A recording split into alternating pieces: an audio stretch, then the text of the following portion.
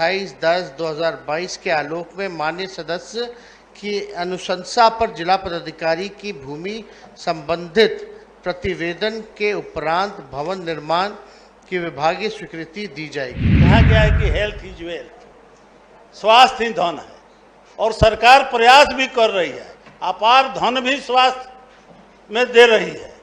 तो ये सुविधा हो जाए, निर्माण हो जाए जहां भवनहीन है। लेकिन भवन में बहुत जगह जमीन उपलब्ध है, आज भी सरकारी जमीन उपलब्ध है, वहां पर प्रतिवेदन कलेक्टर से मंगा के इसको करने का विचार है। मेरा केवल माननीय उप मुख्यमंत्री जी से यह निवेदन जरूर होगा, चूंकि मैं स्वास्थ्य मंत्री रहा हूं, एक कठिनाई बार बार आती है भूमि को लेकर, तो उसकी मॉनिटरिंग थोड़ा बेहतर तरीके से जिलाधिकारी के स्तर पर यदि होता रहे तो मैं समझता हूं कि जिस विषय की ओर चिंता व्यक्त आदरणीय माहेश्वर बाबू ने किया है वो चिंता भी दूर होगी और राज्य में जो ये अस्पताल स्वास्थ्य उपकेंद्र खास करके बनने की जो प्रक्रिया है उसमें तेजी भी आएगी। ये मेरा इतना सुझाव जरूर है। भूमि के अभाव में जहां तक बात की गई है तो भूमि उपलब्धता की स्थिति को देखते हुए स्वीकृत स्वास्थ्य केंद्रों के नए भवन का निर्माण चरणबद्ध तरीके से महोदय जो है वो किया जाना है। 2 जगह अतिरिक्त स्वास्थ्य केंद्र है जिसको भवनहीन है, जो भवनहीन है वहां भवन नहीं है, इसको दिखवा के बनवाने का कष्ट किया। इसमें स्पष्ट रूप से कहा गया कि सरकारी भवन में जो है कार्यरत, लेकिन कोई स्पेसिफिक अगर किसी चीज की अगर बात कर रहे हो तो उस पंचायत में जहाँ है उसको उपलब्ध करा दिया जाए। और जहाँ तक दवा, वहाँ तो मलहम पट्टी का काम कराया जाता है, पैरासीटामोल जैसा दी जाती है। अगर वहाँ भी अगर कोई इक्विपमेंट की अगर कोई कमी है तो उसकी सूचना देते हैं, हम लोग उसको पूरा कराएंगे। अभी माननीय नेता प्रतिपक्ष ने भी जानना चाहा था कि कितना चल रहा है, तो चूंकि मैं लगातार काम करता था इसलिए मेरे संज्ञान में जो है वो मैं सदन को बताना चाहूंगा। 1600 अस्पतालों का एक साथ टेंडर हुआ था और जिसमें सभी तरह के अस्पताल थे, चूंकि आधारभूत संरचनाओं को ठीक करना था। और मुझे जहां तक ध्यान है, मैं जब तक मेरे पास जिम्मेवारी थी 800 से अधिक जगहों पे अस्पताल के निर्माण का कार्य शुरू हो गया था। बाकी उसके आगे फिर माननीय तेजस्वी जी के कार्यकाल में और काम आगे बढ़ा होगा। आंशिक स्वीकारात्मक है। वास्तुस्थिति यह है कि स्वास्थ्य उपकेंद्र में चिकित्सक का पद स्वीकृत नहीं होता है। रक्सौल प्रखंड अंतर्गत 5 स्वास्थ्य उपकेंद्र सरकारी भवन में एवं 14 स्वास्थ्य उपकेंद्र भूमि के अभाव में सामुदायिक भवन तथा एवं 1 किराए के मकान में संचालित है। भूमि उपलब्धता की स्थिति को देखते हुए स्वीकृत स्वास्थ्य केंद्रों के नए भवन का निर्माण चरणबद्ध तरीके से किए जाने की योजना पर कार्रवाई की जा रही है। विभागीय पत्रांक 240/7 दिनांक 28/10/2022 के आलोक में माननीय सदस्य की अनुशंसा पर जिला पदाधिकारी की भूमि संबंधित प्रतिवेदन के उपरांत भवन निर्माण की विभागीय स्वीकृति दी जाएगी। महोदय, जवाब तो स्पष्ट है, लेकिन हम जानना चाहते हैं कि ये रक्सौल का सवाल उठा है तो ये नेपाल का बॉर्डर है और 20 वहाँ स्वास्थ्य उपकेंद्र और अतिरिक्त स्वास्थ्य केंद्र है। कहा गया है कि जमीन की उपलब्धता भेलाही में और पलनवा में जमीन तो उपलब्ध है, न डॉक्टर जा रहा है न बैठ रहा है। ये लोगों के इलाज के लिए कहा गया है कि हेल्थ इज वेल्थ, स्वास्थ्य ही धन है और सरकार प्रयास भी कर रही है, अपार धन भी स्वास्थ्य में दे रही है। तो ये सुविधा हो जाए, निर्माण हो जाए जहां भवनहीन है।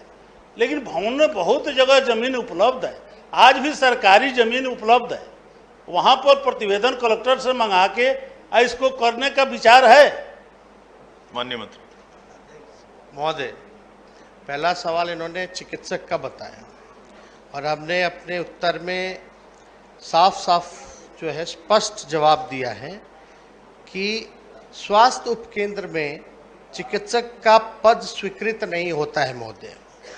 वहाँ जो सपोर्टिंग स्टाफ होता है महोदय, जैसे स्वास्थ्य उपकेंद्र में पदस्थापित ANM के द्वारा टीकाकरण का कार्य होता है महोदय, प्रतिरक्षण एवं राष्ट्रीय स्वास्थ्य मिशन के संदर्भित कुछ कार्यक्रमों का संचालन किया जाता है।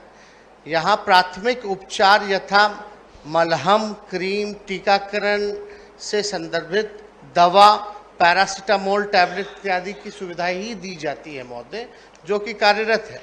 और जहाँ तक स्थल की बात है, रक्सौल प्रखंड अंतर्गत 5 स्वास्थ्य उपकेंद्र सरकारी भवन में एवं 14 स्वास्थ्य उपकेंद्र भूमि के अभाव में सामुदायिक भवन तथा 1 किराए में संचालित है।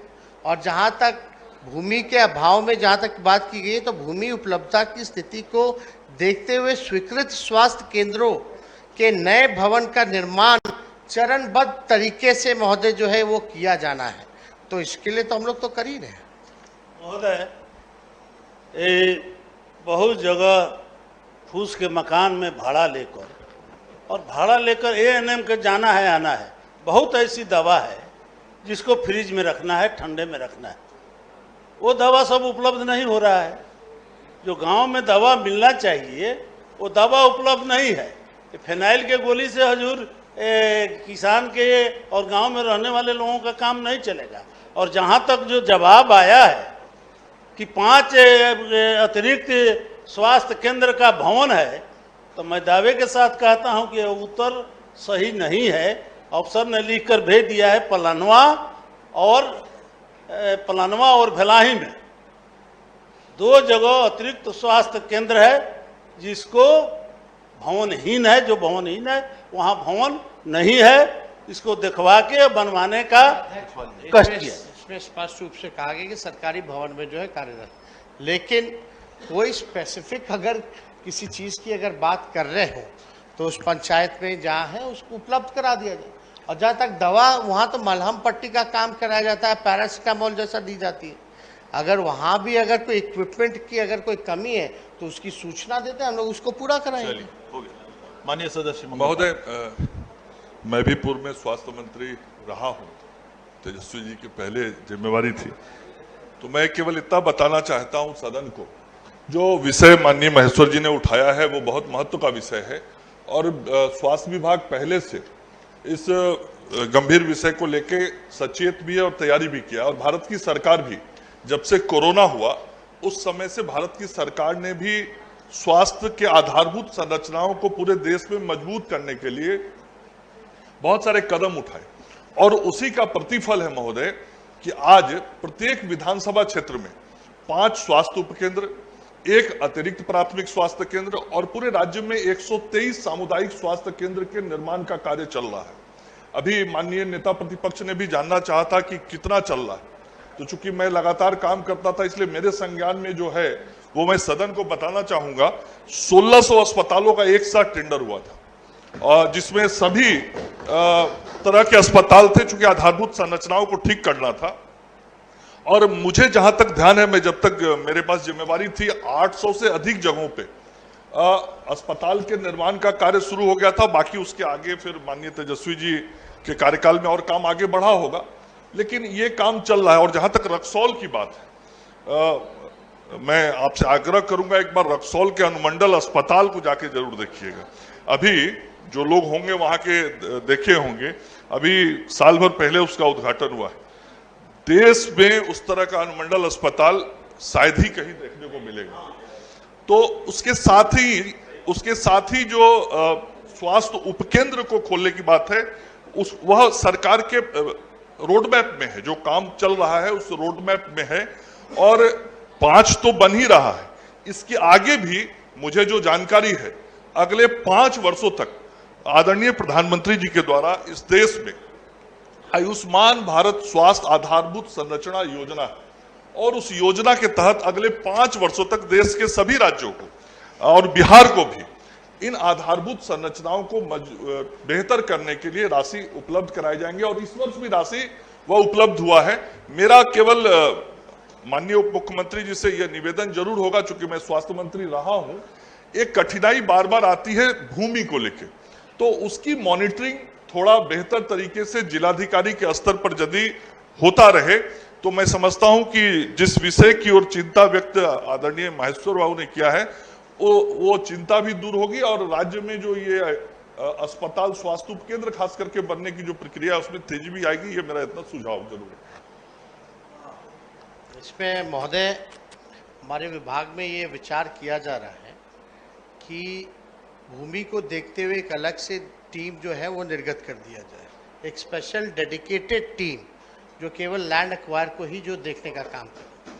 जैसे रोड में जब हम अभी भी रोड डिपार्टमेंट मेरे पास है आरसीडी, उस समय भी हम लोगों ने जो है ये व्यवस्था की थी, क्योंकि लैंड एक्विजिशन में देरी लगती थी, तो प्रॉपर फॉलोअप जो है रेगुलर जो है जिला में जा कर के वो करते रहे, उसकी एक व्यवस्था, इस पे विचार किया जा रहा है।